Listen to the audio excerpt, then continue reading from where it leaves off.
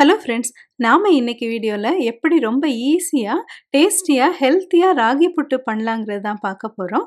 வாங்க வீடியோவுக்கு போகலாம். நீங்க புதுசா நம்ம சேனலுக்கு வந்திருக்கிறீங்கன்னா சப்ஸ்கிரைப் பண்ணிட்டு தொடர்ந்து பாருங்க.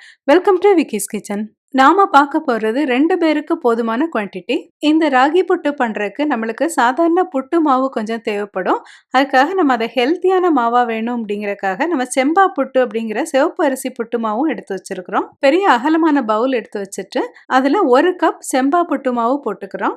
இது கூட 1/2 கப் ராகி மாவு சேர்த்துக்கிறோம். இந்த ராகி மாவு நான் வறுக்கெல்லாம் இல்ல, சும்மாவே நம்ம இதுல சேர்த்துக்கிறோம். நம்ம சாப்பிடுற எல்லா இட்லி, தோசை எல்லாத்துலயுமே நம்ம கொஞ்சமா இந்த மாதிரி ராகி மாவு சேர்த்துக்கிட்டோம் அப்படின்னா நம்ம எலும்புகளுக்கெல்லாம் நல்லது.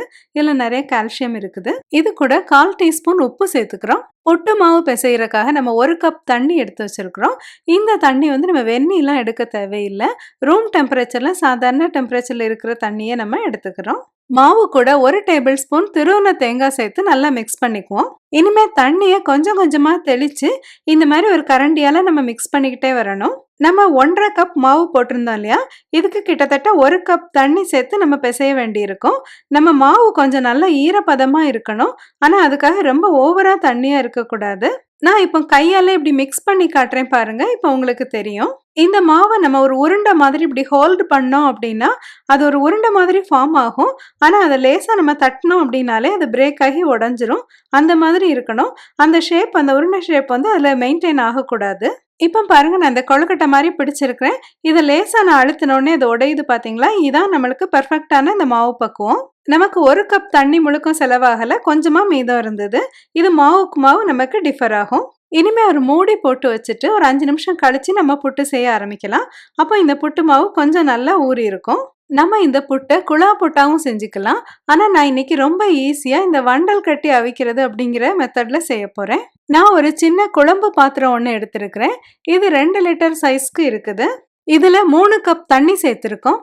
புட்டு வேக வைக்கிறதுக்காக ஒரு நல்ல சுத்தமான காட்டன் கிளாத்தை நல்லா நனைச்சு எடுத்துட்டு வந்துருவோம். புட்டு துணியை மட்டும் இல்ல, அதை கட்டி வைக்கிறதுக்காக ஒரு கயிறு வச்சிருப்போம் இல்லையா, அதையும் தண்ணியில நனைச்சுதான் எடுத்துட்டு வரணும். இப்படி இந்த துணி, கயிறு எல்லாத்தையுமே தண்ணியில நனைச்சா மட்டும்தான் நம்மளுக்கு இதை அடுப்புல வைக்கும் போது இதெல்லாமே எரிஞ்சு போகாம நல்லா சேஃபரா இருக்கும். இனிமே இந்த ஈரமான காட்டன் கிளாத்தை இந்த புட்டு வேக வைக்கிற பாத்திரம் இருக்குல்ல, இது மேல நல்லா விரிச்சு வச்சுக்கிறோம்.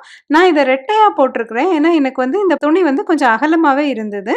இதுல நடுவில் கொஞ்சம் குழிவு இருக்க மாதிரி லேசா நம்ம கையால அழுத்திட்டு, அதுக்கப்புறம் இந்த கயிறு வச்சிருந்தோம் இல்லையா, அதையும் தண்ணியில் நனைச்சு வச்சிருந்தோம் இல்லையா, இதை இதோட எட்ஜஸ் ஃபுல்லத்துலையும் சேர்த்து இந்த மாதிரி கட்டி விட்டுறணும்.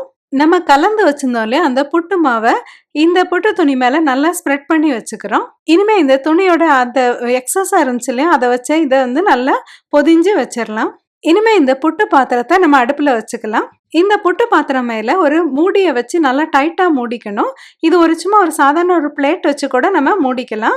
அப்படி மூடினோம்னா தான் நம்மளுக்கு இந்த நீராவி இந்த புட்டு மேலே பட்டுட்டு அந்த புட்டு நல்லா வெந்து வரும். இந்த மாதிரி துணி போட்டு நம்ம புட்டு வேக வைக்கும் போது ஒரு சேஃப்டிக்காக தீயை ஒரு மீடியம்ல வச்சே நம்ம வேக வைக்கிறது நல்லது. நம்ம வச்சிருந்த தண்ணி கொதிக்கிறதுக்கு ஒரு 5 நிமிஷம் ஆகும். அதுல இருந்து ஒரு 10 நிமிஷம், அதாவது மொத்தமா ஒரு 15 நிமிஷம் நம்ம இந்த புட்டை வேக வச்சு எடுத்துக்கணும். நான் இதை மீடியம் ஹீட்ல தான் வச்சு வேக வச்சு எடுத்துருக்கிறேன்.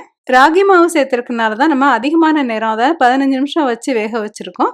15 மினிட்ஸ் கழிச்சு நம்ம எடுத்து பார்த்தோம் அப்படின்னா நம்மளுக்கு புட்டு நல்லா வெந்திருக்கும். இனிமே நம்ம புட்டை வேற பாத்திரத்துக்கு மாத்தி வச்சுக்கிறோம். இது சாதாரண அரிசி புட்டு தான் அப்படின்னாலும் நம்ம ராகி மாவு சேர்த்துருக்கனால கொஞ்சம் நல்லா ஹெல்த்தி ஆயிருது.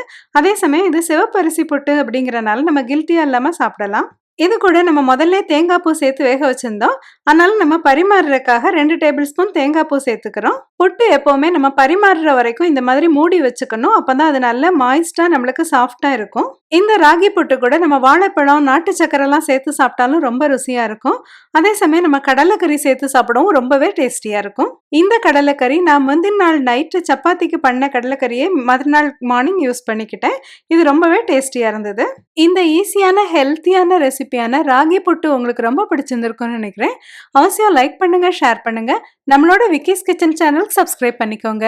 மறுபடியும் இது மாதிரி ஒரு இன்ட்ரெஸ்டிங்கான வீடியோ உங்களை சந்திக்கிறேன். Until then, take care. See you.